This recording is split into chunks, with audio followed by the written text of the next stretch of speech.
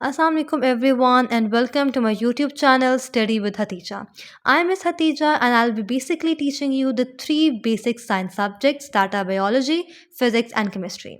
I hope that through this channel आपके वो तमाम सवालात जो आपको बहुत tricky या hard feel होते हैं एक easy way में आप तक deliver कर दिए जाएंगे. So let's start our YouTube family journey with our lecture number 1 that is a neuron. अब basically neuron है क्या? Neuron is the structural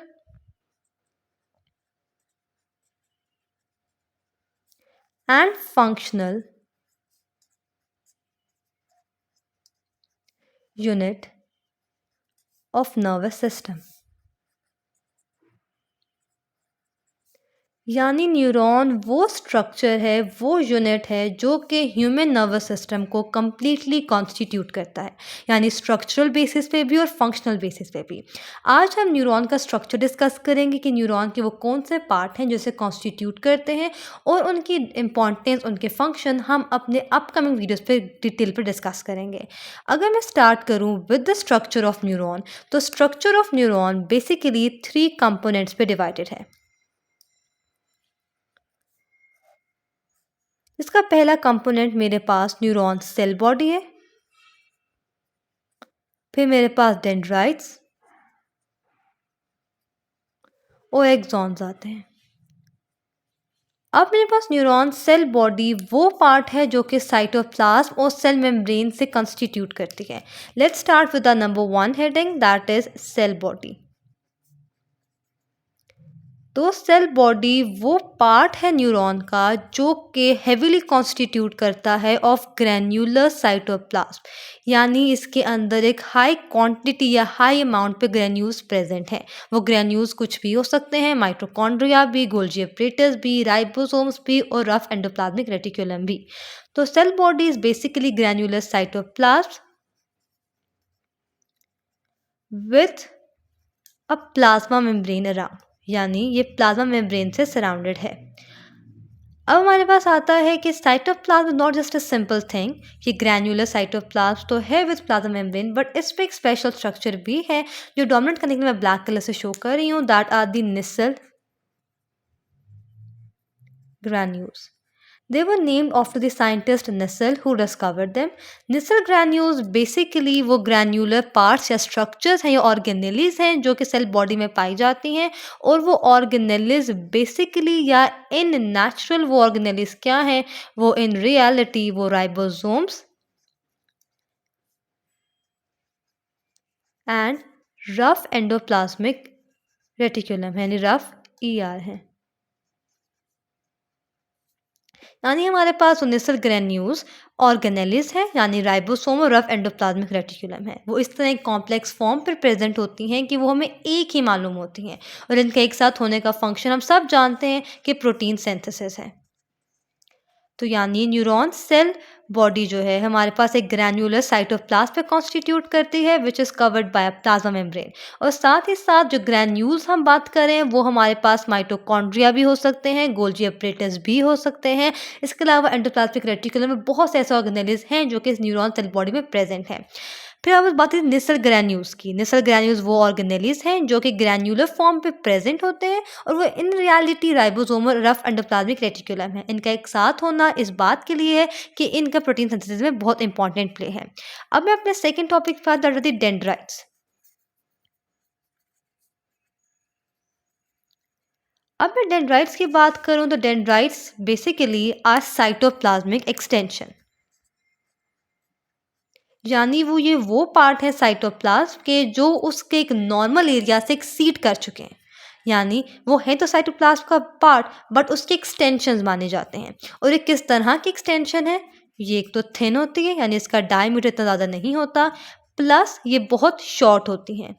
और एक और part that they are highly branched, इन पे ब्रांचिंग, यानी ये हाईली ब्रांच्ड होते हैं और इन पे ब्रांचिंग बहुत प्रोमिनेंट, और हम it's a very rare case की ब्रांचिंग ना हो, ब्रांचिंग हर डेंड्राइट पे मस्ट होती है। और साथ जो इसका बहुत इंपॉर्टेंट फंक्शन है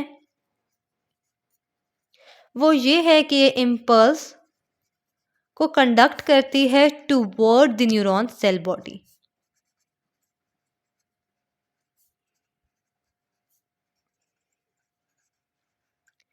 अगली हमारे पास बात आती है एक्सॉन। अब यहाँ मैंने इसे रिवाइज करने के बजाय एक्सॉन का टर्म इसलिए स्टार्ट किया है क्योंकि ये दोनों साइटोप्लाज्मिक एक्सटेंशंस हैं, but they differ a lot in many aspects. Axon भी सिमिलरली साइटोप्लाज्मिक एक्सटेंशन है, लेकिन ये इससे हर एक्सपेक्ट में डिफर करता है, चाहे वो स्ट्रक्चर हो, चाहे वो उसकी लेंथ हो, उसका एरिया हो, ब्रांचिंग हो या उसका फंक्शन हो। तो अगर मैं इसे ऑपोजिट लिखूं तो जस्ट अ शॉर्ट में आपको आसानी हो याद करने पे, अगर डेंड्राइट्स थिन हैं तो हमारे एक्सॉन थिक होंगे, साथ ही साथ वो लॉन्ग होंगे, एंड प्लस ब्रांचिंग इन पे बहुत फ्यू केसेस पे पाई जाती है। ब्रांचेस सिर्फ फ्यू एक्सॉन्स पे देखी जाती है, जबकि बाकी नॉन ब्रांच होते हैं, अनब्रांचिंग होते हैं। और जो इसका फंक्शन है वो बिल्कुल डेंड्राइट से ऑपोजिट है, और वो क्या है कि ये इम्पल्स को कंडक्ट तो करती है, but conduct toward the neuron cell body नहीं करती, away from neuron cell body करती है। सो गाइज यहाँ से बहुत इंपॉर्टेंट क्वेश्चन है जो कि अक्सर पेपर्स पे आता है कि डेंड्राइट और एक्सॉन का कंपैरिजन करें, and by the term comparison you mean कि हमने उनकी सिमिलैरिटीज और डिफरेंसेस लिखने हैं। सिमिलैरिटीज में हमारे पास ये आ सकता है कि दोनों साइटोप्लाज्मिक एक्सटेंशन है, और दूसरा कि दोनों इम्पल्स को कंडक्ट करती हैं, इरिस्पेक्टिव कि वो कहाँ कंडक्ट करेंगे। इनके डिफरेंसेस पे इनकी लेंथ आ जाती है, इनका एरिया आ जाता है, और इनमें ब्रांचिंग आती है, और साथ ही फंक्शन के वो इम्पल्स को किधर ट्रांसफ़र करें या फिर कंडक्ट करेंगे। अब मेरे पास बात आती है कि अगर मैं एक्सॉन के स्ट्रक्चर को थोड़ा सा डिटेल में ले जाऊं, तो एक्सॉन बेसिकली मेरे पास सराउंडेड होते हैं बाय न्यूरोग्लियल सेल, जिनको हम स्क्वान सेल कहते हैं। सराउंडेड बाय न्यूरोग्लियल सेल्स,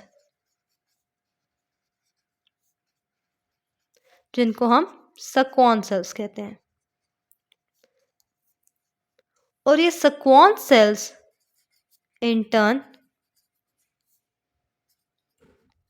एक फैटी लेयर से कवर्ड होते हैं, और उस फैटी लेयर को हम कहते हैं that it is myelin sheath. यानी अगर मैं सिंपल बात करूं तो एक एक्सॉन स्क्वान सेल के सराउंडेड है, और एक स्क्वान सेल एक फैटी लेयर के सराउंडेड है। तो यानी एक्सॉन इन शॉर्ट एक माइलिन शीट के अंदर रैप्ड है, और माइलिन शीट की प्रॉपर्टीज क्या है, दैट इट इज इंसुलेटिंग। अब अगर मैं बात करूं एक सिंपल न्यूरॉन का स्ट्रक्चर बनाओ, it would be quite like this.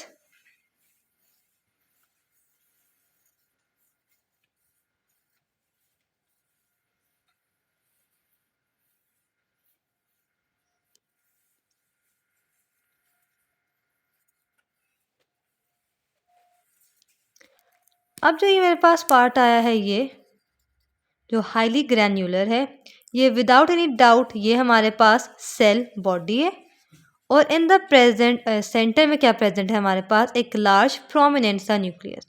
ये पार्ट हमारे पास डेंड्राइट्स हैं, और ये पूरा हमारे पास एक्सॉन है, लेकिन एक्सॉन के अंदर हमारे पास ये स्क्वान सेल्स हैं, जो कि न्यूरोग्लियल सेल्स हैं, जो कि एक्सॉन को रैप करते हैं। उसके ऊपर प्रेजेंट ये एक शीट है, जिसको हम क्या कहते हैं कि ये माइलिन शीट है।